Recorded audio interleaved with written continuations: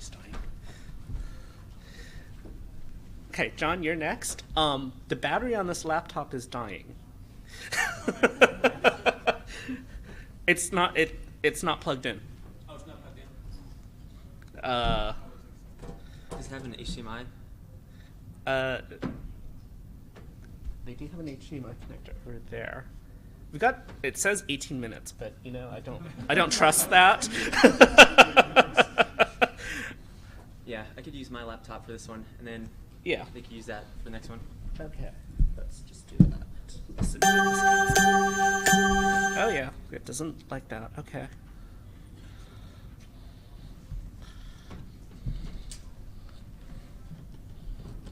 Okay, it claims that it's supposed to be plugged in.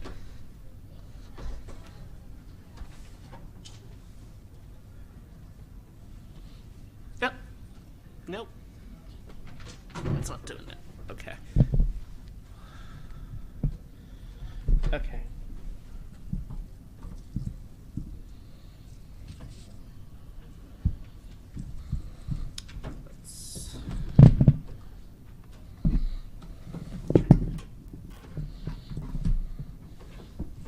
Let's try this.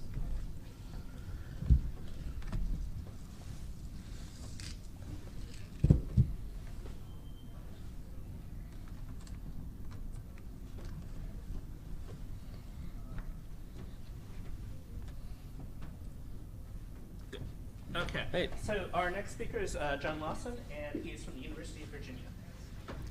Great. Yeah, I'd like to thank the organizers for the opportunity to speak today.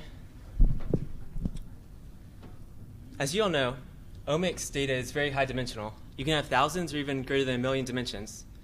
This can make it hard to understand what are the important differences between samples and experimental groups. Some of the goals of dimensionality reduction techniques are to reduce redundancy in data and filter out noise. Principal component analysis is a dimensionality reduction technique that summarizes important features of data in a small number of dimensions called principal components. So for example, if you think about gene expression, I'm showing here the expression of 2 genes. You can see that there's a strong correlation between individuals. And then principal component analysis essentially takes the original axes and shifts them to be in the direction of the highest variance. So PC1 is in the direction of highest variance. PC2 is in the direction of highest variance, the next highest direction that's orthogonal to the first one. And so with PCA, we might select the first principal component as containing most of the information in the data and discard the second principal component as noise. These principal components are the new dimensions, which are a linear combination of the original dimensions. For a given principal component, each variable has a score called loading for how much it contributes to that principal component. And so I'll come back to this idea of loadings later in my talk. Principal component 1 might be defined as 0.4 times gene 1 plus 0.8 times gene 2, with the loadings of 0.4 for gene 1 and 0.8 for gene 2. However, since this is a linear combination of the original dimensions, the biological significance can be hard to interpret. There are various approaches for annotating PCA dimensions to make them more interpretable. For one, you can use an arbitrary score cutoff to select the original dimensions that have the highest loadings and use these to annotate the principal component.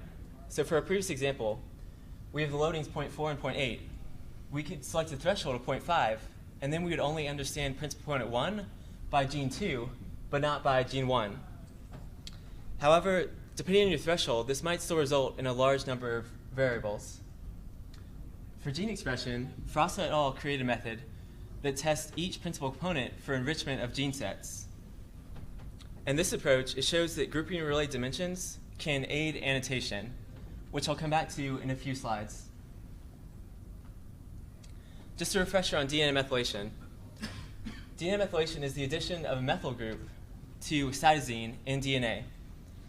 It's normally at cytosine beside a guanine, which is called a CpG, and it's important for chromatin structure and gene regulation. And so here I'm just showing a diagram of DNA. You can have the CpG spread out across the genome. And for this data, a dimension is the average methylation level of a single cytosine among all the cells in a sample. So what proportion of the time is it methylated, and what proportion of the time is it unmethylated at that individual cytosine? There's some special challenges with DNA methylation, though, that aren't covered by previous techniques. For one, it's not always directly interpretable.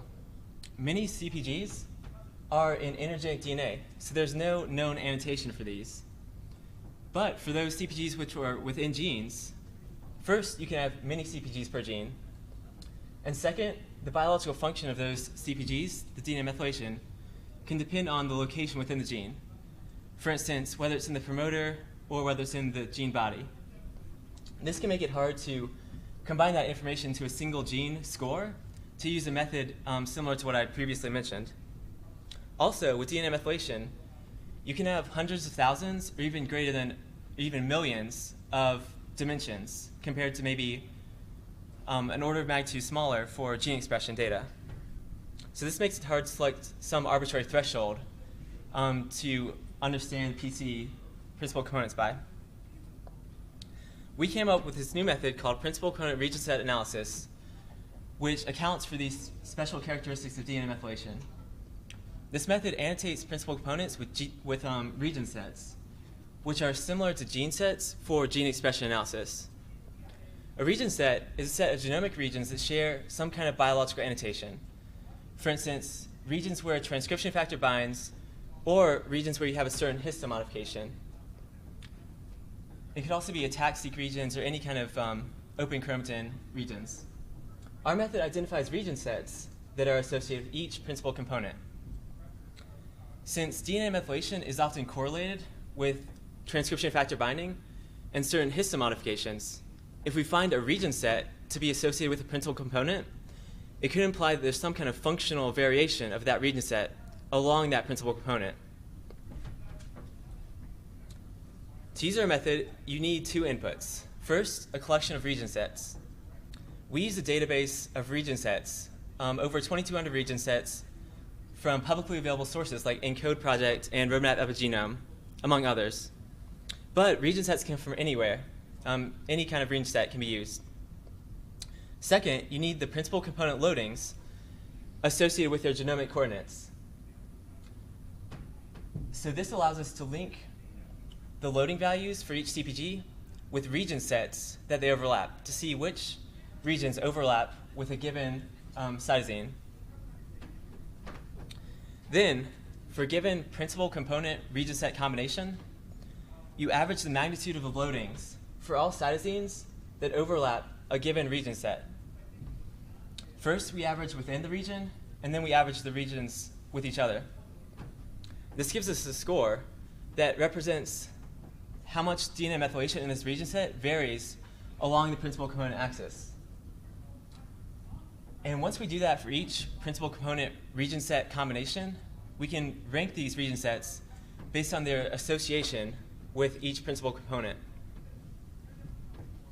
To validate this method, we applied it to DNA methylation data for breast cancer patients in the Cancer Genome Atlas. Estrogen receptor, yeah, it's kind of hard to see, but there's a blue cluster that represents estrogen receptor positive patients and a red cluster that represents estrogen receptor negative patients. Estrogen receptor is an important cancer marker, and it's also a transcription factor. It's known that its activity is related to DNA methylation profile. And so we found that some of the top principal components 1 and 4, are able to cluster patients with and without estrogen receptor. Based on this, if our method works, we would expect that principal components 1 and 4 would be associated with estrogen receptor-related region sets. And so that is exactly what we found. We found that estrogen receptor-related region sets are the top hits for principal component 1 out of the greater than 2,200 region sets tested.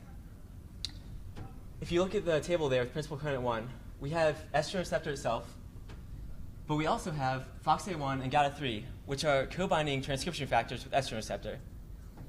We also have the histone modification, H3R17 dimethylation. And studies have shown that this histone modification is induced in response to estrogen stimulation. We also have, perhaps counterintuitively, androgen receptor. But androgen receptor is associated with estrogen receptor positive patients. In principal component 4, we have a repressive signature, including polycomb group proteins and repressive histone modifications. previously SUS12, a polycomb group protein, it's been shown that DNA methylation in those regions varies in the estrogen receptor positive and it varies in estrogen receptor, varies in breast cancer. For EZH2 is associated with estrogen receptor negative patients, but not with estrogen receptor positive patients. So it makes sense that we would find that. And here on the right in the heat map, I'm showing you raw DNA methylation at some of the estrogen receptor binding regions that were most associated with principal component 1. So we have the individual cytosines are columns, and the patients are the rows ordered by their principal component 1 score. We can see that DNA methylation varies significantly along the principal component axis at these estrogen receptor binding regions. At the top, we have estrogen receptor negative patients with high methylation, and at the bottom, we have estrogen receptor positive patients with low methylation. So this example, it just shows that our method can identify real and meaningful variation in DNA methylation along the principal component axis. We wanted to ask a few follow-up questions to understand our results. First, are region sets capturing the same variation? In other words, is there overlap between these top region sets that we found? And we found that here I'm showing you a heat map of overlap between the top region sets. We found there was overlap between region sets within the same functional category. For example, estrogen receptor-related region sets, polycomb-related region sets, and constitutive heterochromatin region sets. So there is some overlap within that functional group, but it's not complete. And so since it's not complete overlap, this suggests that there could be distinct functional effects for each of these different region sets. So a second question we wanted to ask is variation specific to the regions of interest, or is it a property of the broader genome around these regions that we just found by chance? So to do that, we compared the regions of interest to the surrounding genome. Each of our regions was around maybe 200 base pairs to 1,000 base pairs. So we took that region and we looked at the 14 kb surrounding it. And then we looked at the loading values in that 14 kb, and we combined all the regions into a single summary profile.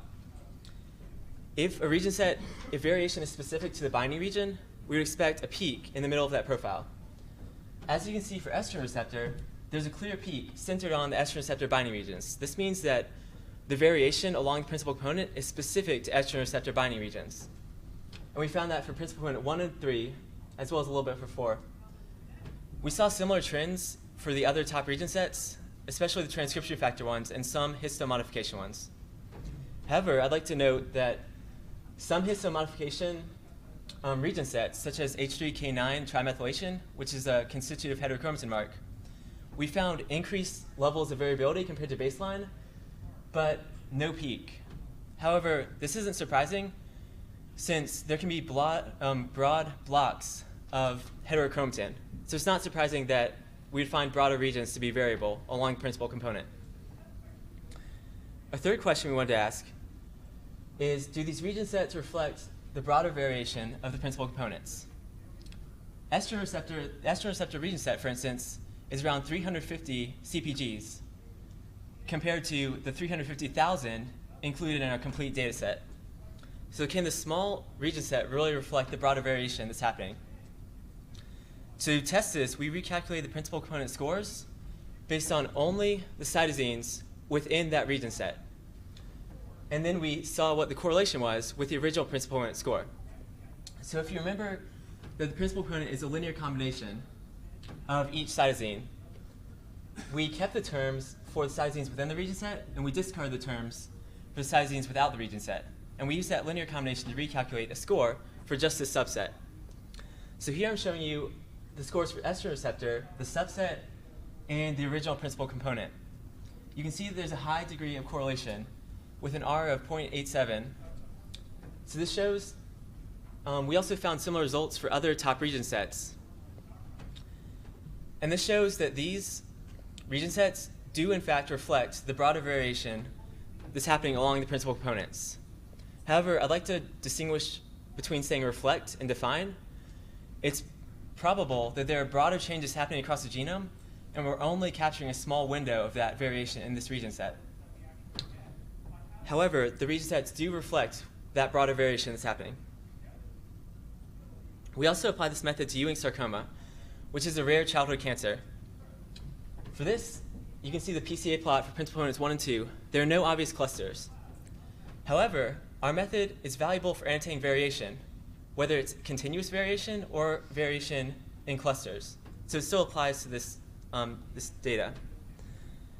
We found top region sets to include repressive histone modifications, transcription factors, and enhancer-related region sets. And so this could be valuable for further guiding hypotheses about what the disease mechanisms could be and follow-up studies we would do. In conclusion, our method, it addresses a gap in the field for a commonly used technique, PCA. There was not really anything available, but now our method fills that gap. Our method also is able to identify meaningful sources of variation along the principal component, which can help researchers understand what the drivers or what variation is happening in the data. And we also have this R package. This method is available as an R package at this URL. So I encourage you, if you're interested, to check it out, or come by my poster on Tuesday in the RegSys session. I think it's B700. Finally, I'd like to acknowledge those who have supported me in this work, especially my advisor, Nathan Sheffield, and also funding for a training grant from BD2K.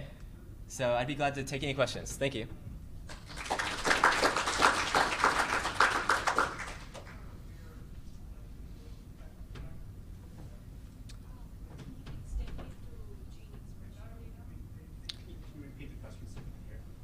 Yeah, can you use it? So this is for calculation. Yeah. Can you use it for other types, like RNA gene expression or gene count data?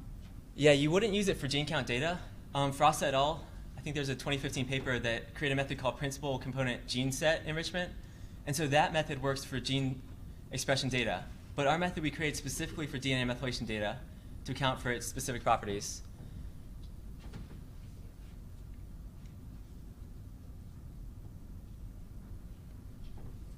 I was just kind of curious, for the results you were showing, how were the region sets defined?